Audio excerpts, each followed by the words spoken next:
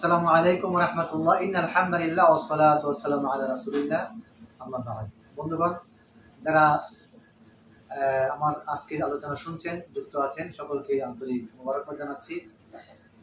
রমজান মাস চলছে। রমজান মাসের অনেক গুরুত্বপূর্ণ ইবাদত আমাদের সামনে আসতেছে। তো রমজান মাসের গুরুত্বপূর্ণ ইবাদতের মধ্যে একটি হচ্ছে আর্থিক ইবাদত ফিতরা। ফিতরার উদ্দেশ্যটা কি? আমরা যে ফিতরা দেই, আসলে কি কারণে আমরা ফিতরা দেই, এ ব্যাপারে নবী সাল্লাল্লাহু আলাইহি ওয়াসাল্লাম একটি হাদিস বলেছেন। চলুন আমরা সেই হাদিসটি জেনে নিই, শুনে নিই। عن ابن عباس رضي الله تعالى عنه قال فرض رسول الله صلى الله عليه وسلم। হযরত ইবনে আব্বাস রাদিয়াল্লাহু তাআলা থেকে বর্ণিত, তিনি বলেন রাসূল সাল্লাল্লাহু আলাইহি সাল্লাম ফরজ করেছেন যাকাতুল ফিতরি, মানে ফিতরাকে ফরজ করে দিয়েছেন, যাকাতুল ফিতরাকে ওয়াজিব করে দিয়েছেন। তুহুরাতু লিস-সাইম, রোজাদারকে পবিত্র করার জন্য।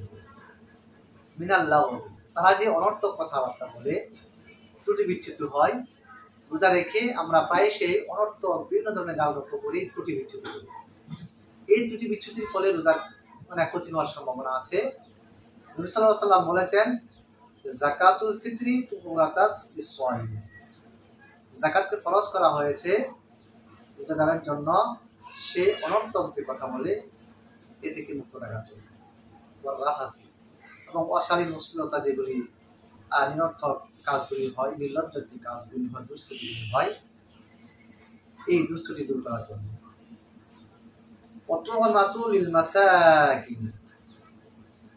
এবং দরিদ্রদেরকে তাদের হাতে কিছু খাবার তুলে দেওয়া, এটাই হলো ফিতরার উদ্দেশ্য। তাহলে এই হাদিস দ্বারা আমরা আজকে জানলাম যে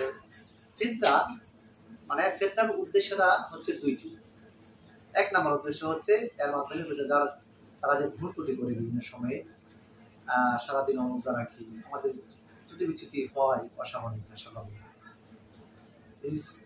সাদকাতুল ফিতরের মাধ্যমে রোজাদারের ভুল ত্রুটিগুলো আল্লাহ পাক মাফ করে দেবেন। আর দুই নম্বর হচ্ছে আমাদের সমাজে ধনী গরিব রয়েছে, ধনীদের সম্পদের উপরে গরিবদের হক আছে।